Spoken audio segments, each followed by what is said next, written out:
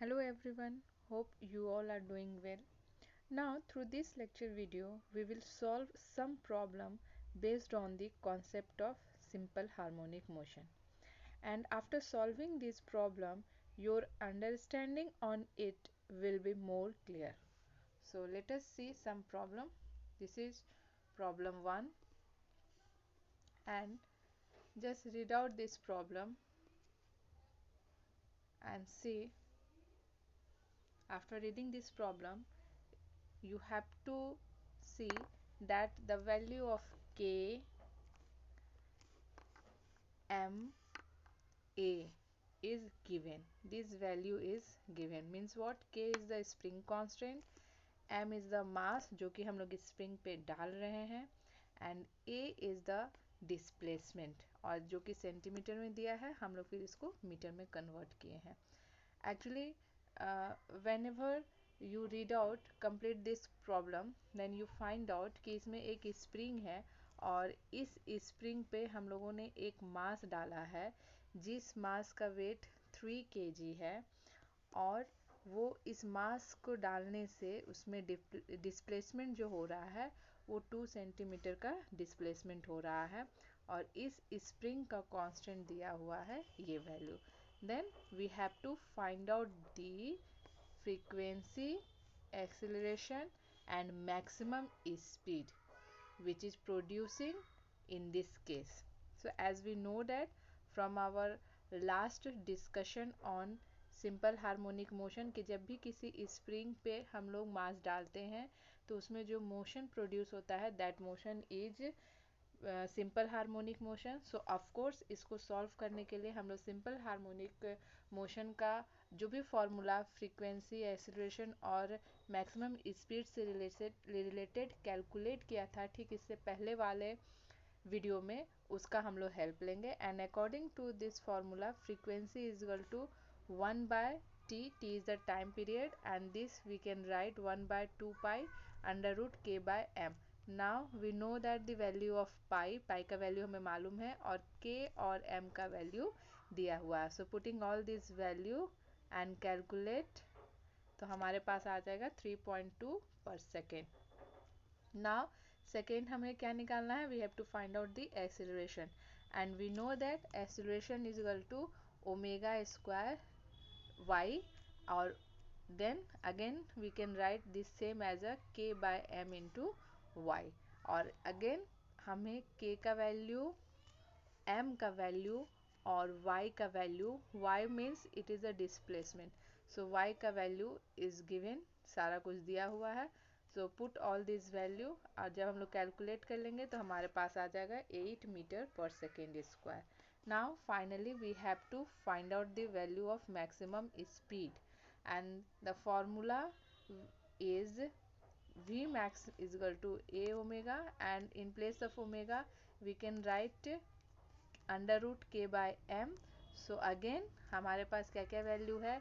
k का value मालूम है, ओमेगा m का वैल्यू मालूम है एंड हमारे पास a का वैल्यू, सबका वैल्यू मालूम है. तो putting all this value and हमारे पास जो भी मैक्सिमम स्पीड का वैल्यू होगा वो आ जाएगा 0.4 मीटर पर second. So in this way you can see here कि हम लोगों ने निकाल लिया वैल्यू फ्रीक्वेंसी का, देन एक्सीलरेशन का एंड फाइनली द स्पीड का. So this is your first problem. Now let us see the second question. When we read out this question 2 to 3 times or maybe 4 times, then we can see here, हम लोग देख सकते हैं यहाँ पर कि this problem in exercise 9, not in previous exercise, actually it is. So in previous exercise में हम लोग देख लेंगे कि हमारे पास क्या है वैल्यू, क्योंकि ये प्रॉब्लम एग्जैक्टली हमारे पहले वाले प्रॉब्लम पे ही डिपेंड है और इसमें बस ये बोला जा रहा है कि ये जब भी हम लोग यहाँ पर मास को लोड करेंगे, जब भी हम लोग मास को यहाँ पर लोड कर रहे हैं तो उसमें सिंपल हार्मोनिक मोशन प्रोड्यूस होगा. सिंपल हार्मोनिक मोशन प्रोड्यूस होगा मीन्स कि ये मीन पोजीशन से इस तरीके से मूव करेगा. तो यहाँ पर ये क्वेश्चन जब पढ़ोगे तो आप देखोगे कि ये क्वेश्चन में ये पूछा जा रहा है कि आपका जब इस तरीके से वाइब्रेशन स्टार्ट हो रहा है, सिंपल हार्मोनिक मोशन ये स्टार्ट हो रहा है, तो this one is the main position, this is the one position and this one is the another position. So in all these three cases we have to find out the frequency, amplitude और initial phase. क्या ये frequency, amplitude और initial phase ये तीनों case में different होंगे या कि सेम होंगे? That is the problem of this numerical. Okay, so हमें डेटा कहाँ से लेना है? प्रीवियस वाले क्वेश्चन से लेना है. तो एज पर प्रीवियस क्वेश्चन हमारे पास ए का वैल्यू दिया हुआ है. So A is equal to 2 centimetre and we know that omega is equal to K by M. So K और एम का वैल्यू अगेन हमें मालूम है. के is this and k is this and omega is this much. So putting all these value हम लोग क्या कर सकते हैं? हम लोग निकाल सकते हैं वैल्यू आगे का मीन्स ओमेगा का वैल्यू हम लोग निकाल देंगे. k और m का वैल्यू पुट करके हम लोग ओमेगा का वैल्यू निकाल लिए. अब हमें क्या करना है? हमें ये जो मूवमेंट हो रहा है, ये मूवमेंट, अब हमें मीन पोजीशन के समय फ्रीक्वेंसी क्या होगा, एम्पलीट्यूड क्या होगा, फ्रीक्वेंसी क्या होगा, एम्पलीट्यूड क्या होगा और इनिशियल फेज क्या होगा, ये फाइंड आउट करना है. तो we know that X is equal to A sine omega T और ए दैट मीन्स डिस्प्लेसमेंट और डिस्प्लेसमेंट का वैल्यू 2 दिया हुआ है तो उसको पुट करेंगे साइन 2. ओमेगा का वैल्यू आ गया 20 तो ओमेगा के जगह पे हम लोगों ने 20 लिख दिया और into t. So this is the answer for the part A. This is the answer for the part A, that means at the mean position. Now in the second case at the maximum stretched position means what? This is the main maximum stretched position, this one.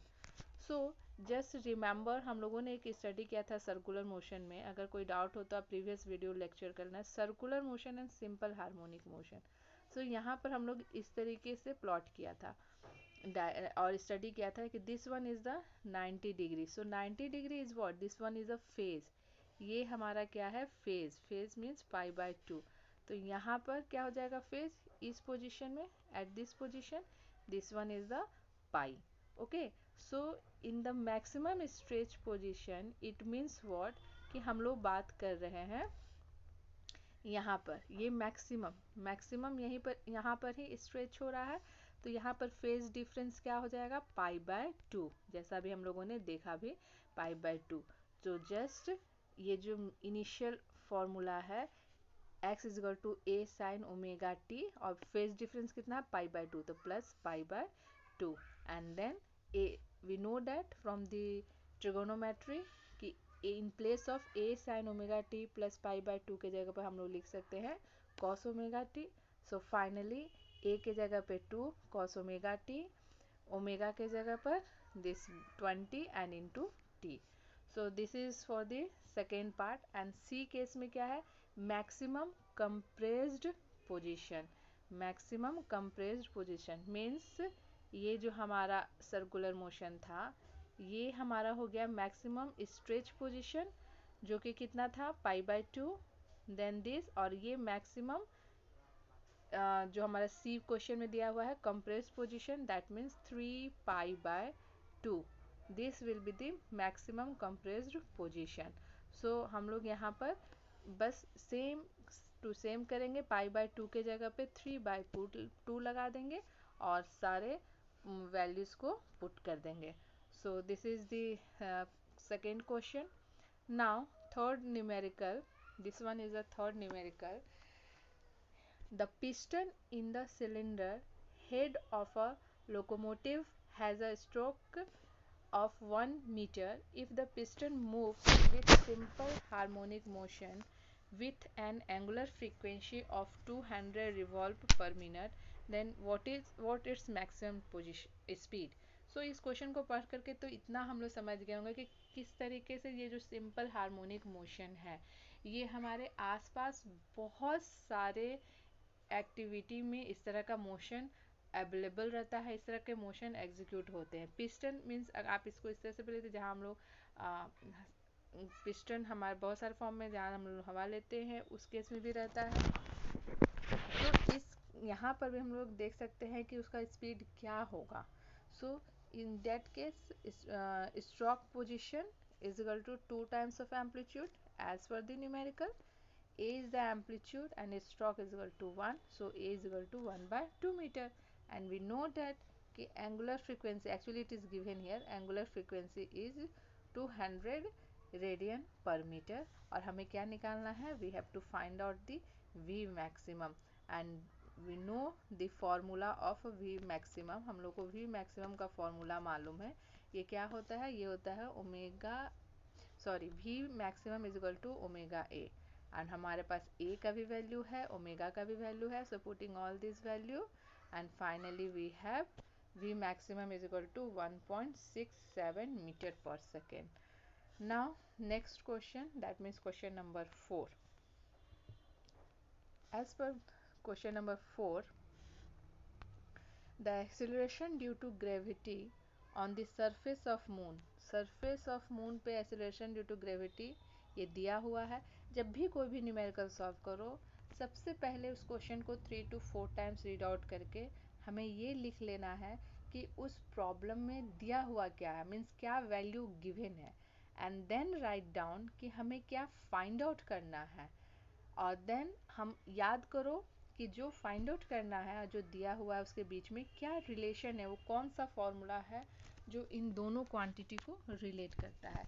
Like अगर इस question की बात करें तो acceleration due to gravity moon की surface पे दिया हुआ है, then we know that acceleration due to gravity earth के सरफेस पे क्या होगा। फिर टाइम पीरियड दिया हुआ है अर्थ पे और हमको टाइम पीरियड निकालना है मून पे। We know from the formula कि time period is equal to 2 pi under root 1 by g, 1 by gravitation due to gravity. अब इसे हम लोग अर्थ के सरफेस के लिए भी और मून के सरफेस के लिए भी लिख लेंगे and then divided this equation 1 by 2. जब हम लोग इसको डिवाइड करेंगे तो हमारे पास आ जाएगा Tm by Te under root Gm under root GE by GM. यहाँ पर फिर TM हमें निकालना है, what we have to find out, we have to find out TM. सो TM is equal to TE into under root GE by GM. So TM निकालना है, TE का वैल्यू दिया हुआ है यहाँ पर, G और GM का वैल्यू भी दिया हुआ है, तो put all this value and then calculate. So finally we have 8.4 second. Okay, now question number 5. This is very important question. Question number 5, yes it is very important question. ये बहुत ही important question है हमारा. इस question number 5 में 4 question है. अब देखते हैं एक एक question. Question 1 क्या है, time period of a particle in SHM depends on the force constant K and mass m of the particle. हम लोगों को भी मालूम है कि ये time period is equal to इतना वैल्यू होता है, we know that. Now the question is what, a simple pendulum execute simple harmonic motion, why then. ये तो इंफॉर्मेशन हमें दे रहा है ये पार्ट. क्वेश्चन यहाँ से है कि why then is the time period of pendulum depends on the mass of the pendulum. Pendulum का टाइम पीरियड पेंडुलम के मास पे क्यों डिपेंड करता है. इसका आंसर अगर हम लोग देखें तो यहाँ पर लिखा हुआ है, in case of spring K does not depend upon M, but in case of simple pendulum K is directly proportional to the mass, और दैट इज द रीज़न कि वो उस पर डिपेंड करता है. नाउ इसका सेकेंड क्वेश्चन क्या है, B. The motion of simple pendulum is approximately the simple harmonic for small angle oscillation. Small angle oscillation के लिए बोल रहा है, तो for large angle of oscillation a more involve analysis so that T is greater than 2 pi L by G. Think a qualitative argument to appreciate this result. Okay, फिर से मैं इसलिए बोल रही हूँ क्योंकि ये 4 जो क्वेश्चन है क्वेश्चन नंबर 5 में, ये सारे बहुत ही फंडामेंटल कॉन्सेप्ट्स को रिलेट करते से रिलेटेड है सिंपल हार्मोनिक मोशन के. Okay, so try to think over all these question and its answers several time. और आई एम श्योर कि ये वैसे क्वेश्चन का सिलेक्शन है इस वीडियो में जिसको अगर एटलीस्ट आप 3 to 4 टाइम्स बना लिए तो आई एम श्योर कि आपको सिंपल हार्मोनिक मोशन से रिलेटेड किसी भी न्यूमेरिकल में प्रॉब्लम फेस नहीं करना होगा. So come to our second part of the question number 5. The restoring force for the bob of the pendulum is this. We know that कि ये होता है this one. Theta is small, जब theta small होगा तो theta is equal to y L, और F को हम लोग इस तरीके से लिख सकते हैं. If the motion is simple harmonic and time period is this one, then clearly above formula is obtained if we apply the approximation sin theta is equal to theta. That means what? For the large angle this approximation is not valid. क्यों? क्योंकि हम लोग यहाँ पर small ले रहे हैं, तभी उस केस में हम लोग को मालूम है कि sine theta is equal to theta होता है. लेकिन अगर एंगल का वैल्यू ज़्यादा है तब हम लोग sine theta is equal to theta नहीं लिख सकते हैं. सो ऑफ कोर्स इस केस में इस तरीके का हम लोग कंसिडर नहीं कर पाएंगे. नाउ द थर्ड पार्ट देखिए, थर्ड पार्ट में भी किस तरीके से ये हमारे प्रैक्टिकल कॉन्सेप्ट पर डिपेंड करता है. A man with a wrist watch on his hand falls from the top of the tower. किसी टावर से हमारे हैंड रिस्ट वॉच जो है वो नीचे गिर रहा है. तो क्वेश्चन ये, does the watch give the correct time during the free fall. जब वो फ्री फॉल हो रहा है उस वॉच का, तो क्या उस समय भी हमें सही टाइम मिलेगा? तो इसका आंसर क्या होगा, सोचिए. Yes, you all are right. Since the acceleration जो है ड्यू टू ग्रेविटी ये उस पर इफेक्ट नहीं करेगा, इसलिए it gives the correct time. और हम लोग पढ़ सकते हैं, यहाँ पर दिया हुआ है, आप जो सोच रहे हैं same to same. The wrist watch uses an electronic system or spring system to give the time. The wrist watch uses an electronic system or spring system to give the time which does not change with acceleration due to gravity. तो ये reason है कि free fall के समय में हमें सही time मिलेगा. Now the last question is, what is the frequency of oscillation of a simple pendulum mounted in a cabin that is free falling under gravity? So answer is, during free fall of cabin the acceleration due to gravity is 0. We know that, हम लोग सबको मालूम है ये चीज़. And therefore the frequency of oscillation is also 0. Therefore the frequency of oscillation is also 0. That is, pendulum will not be vibrate at all. Okay, I hope कि आप लोगों को ये सारे एक्सप्लेनेशन समझ में आए हो.